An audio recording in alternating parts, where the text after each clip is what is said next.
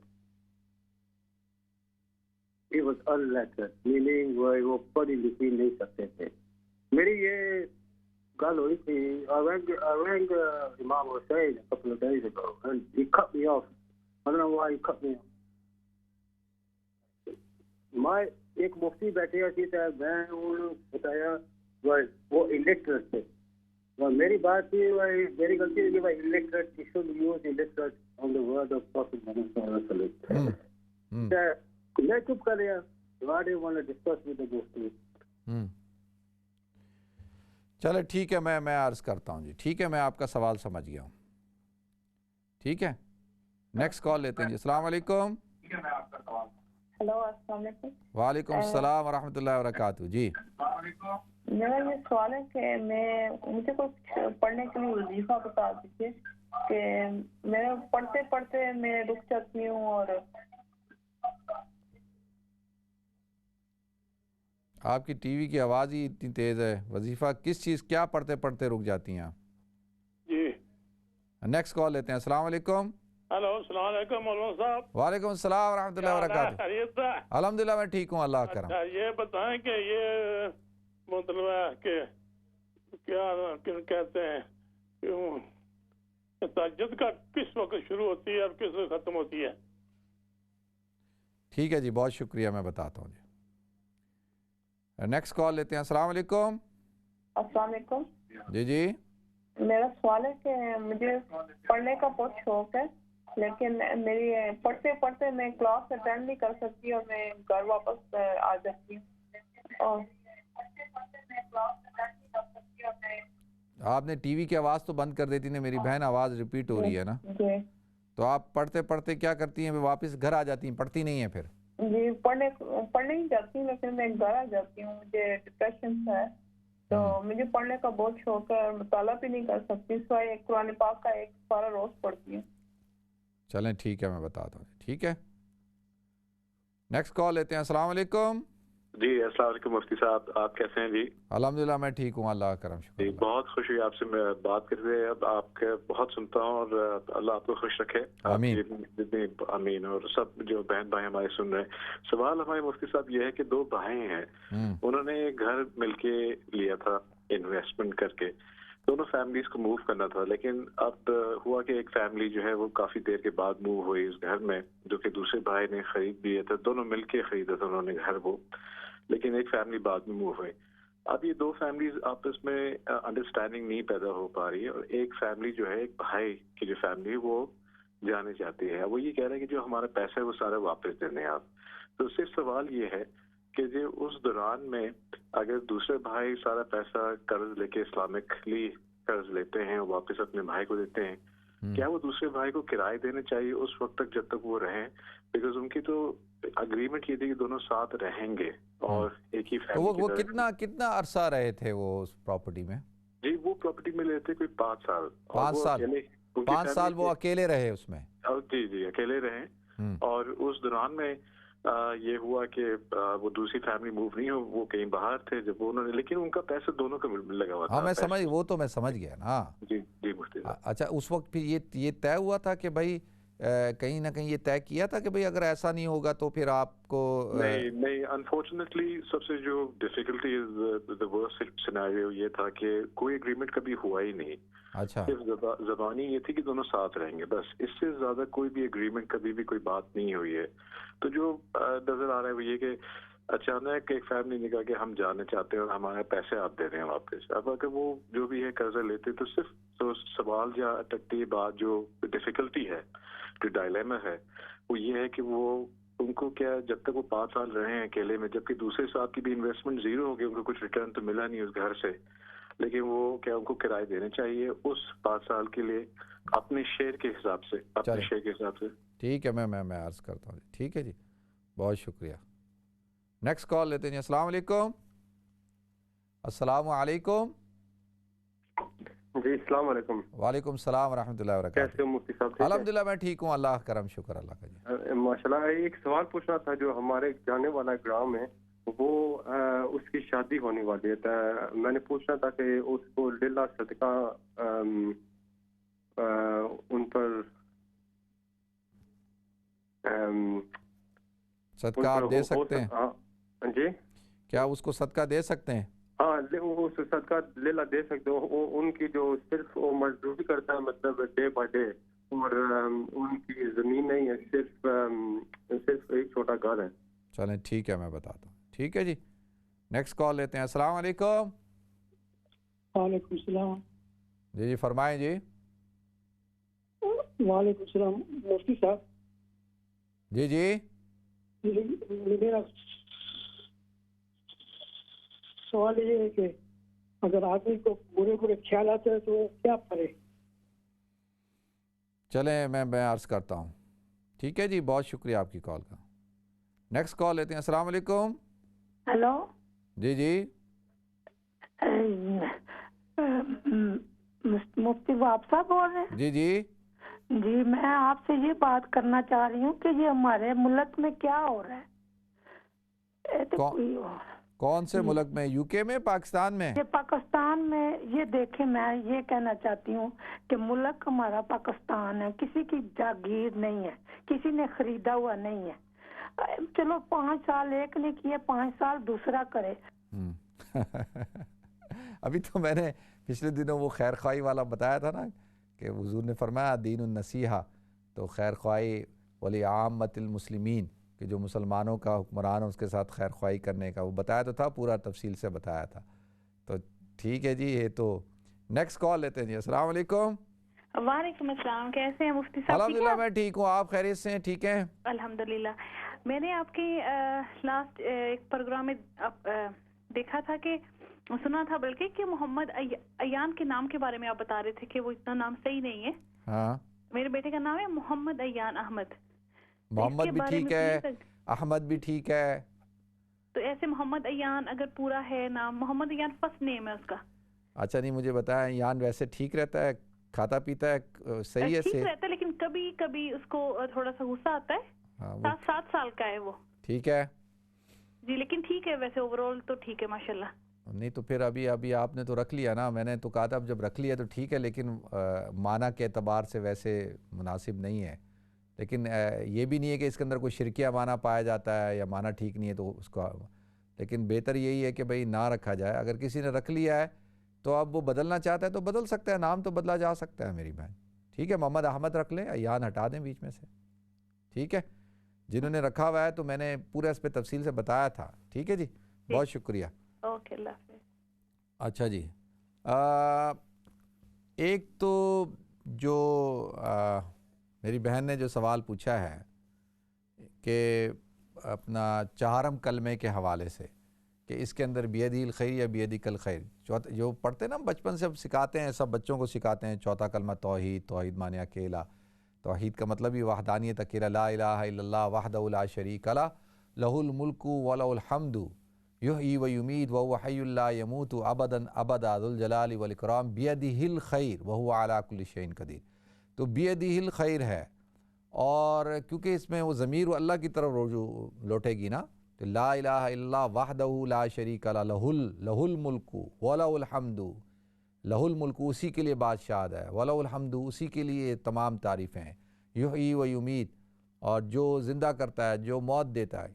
وہو حی لا یموت، اور وہ حی ہے، اس کو کبھی بھی موت نہیں آئے گی. ابداً ابدا، ہمیشہ ہمیشہ سے، ابد الاباد. تو وہو حی لا یموت ابداً ابدا ذو الجلال والاکرام بیدہ الخیر.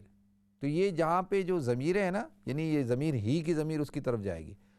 تو کیونکہ اللہ کا جو کلام چل رہا ہے وہ اللہ کی صفات بیان کی جا رہی ہیں اس کے اندر، ٹھیک ہے. تو اگر کہتے ہیں بیدک الخیر کہ تیرے اللہ ہی کیا، اللہ آپ کے ہاتھ میں ہی خیر ہے، ٹھیک ہے. تو وہ یعنی ایسا نہیں ہوگا کہ بھائی بہت معنی بدل گیا ہے، ایسا نہیں ہوگا، لیکن بہتر یہ ہے کہ بیدہ الخیر وہو علی کل شیء قدیر. وہوا دیکھیں نا، یہ ہوا بھی اس کی طرف ہے. تو بیدک الخیر ہو تو پھر انک علی کل شیء قدیر، تو پھر یہ ہونا چاہیے کہ اے اللہ تو ہی قادر ہے ہر چیز کے اوپر. تو اور بیدہ الخیر ہو تو وہو علی کل شیء قدیر. تو یہ تھوڑا سا گرامرلی اگر آپ دیکھیں نحوی اعتبار سے، صرفی اعتبار سے، تو پھر بیدہ الخیر ہی پڑھیں، ٹھیک ہے جی. اچھا، دوسرا میری بہن کہتی ہے کہ ایک بچی ہے وہ مسلمان ہے اور لیکن وہ ایک غیر مسلم سے شادی کرنا چاہتی ہے، شادی بھی اسلامی طریقے سے نہیں کرنا چاہتی اور وہ اپنے ایمان کو ظاہر نہیں کرنا چاہتی، لیکن وہ کہتی ہے کہ میں مسلمان ہوں. دیکھیں، اگر ایک انسان یہ کہتا ہے کہ جی میں مسلمان ہوں اور اس کا اللہ رب العزت کی ذات پر عقیدہ ہے توحید کا، حضور کی ختم نبوت اور آپ کی رسالت کا، اور اسلام کے جو بنیادی اراکین ہیں نماز، روزہ، حج، زکوٰۃ، اس پر وہ عمل کرتی ہے، اس کا بلیو ہے کہ بھئی یہ فرائض ہیں. اگر اس کوئی کوتاہی ہو رہی، نماز نہیں پڑھ رہی، روزہ نہیں رکھ رہی، حج نہیں کر رہی، زکوٰۃ نہیں دے رہی، وہ تو چلیں ایک ڈیفرنٹ بات ہے. لیکن نماز کو نماز فرض سمجھتی ہے، حج کو فرض سمجھتی ہے، رمضان کو فرض سمجھتی ہے، اور روزے کو یا زکوٰۃ کو فرض سمجھتی ہے، تو مسلمان ہے. کسی غیر مسلم سے شادی کرنے سے بھی انسان کافر نہیں ہوتا، ٹھیک ہے جی. لیکن اگر کوئی کہے کہ نہیں جی میں بس ایمان میرے دل کے اندر پوشیدہ ہے، اور کوئی مجھ سے پوچھے کہ آپ مسلمان ہو تو وہ کہے نہیں جی میں تو مسلمان نہیں ہوں، تو اب یہ ہے کہ دلوں کا حال تو اللہ جانتا ہے نا جی.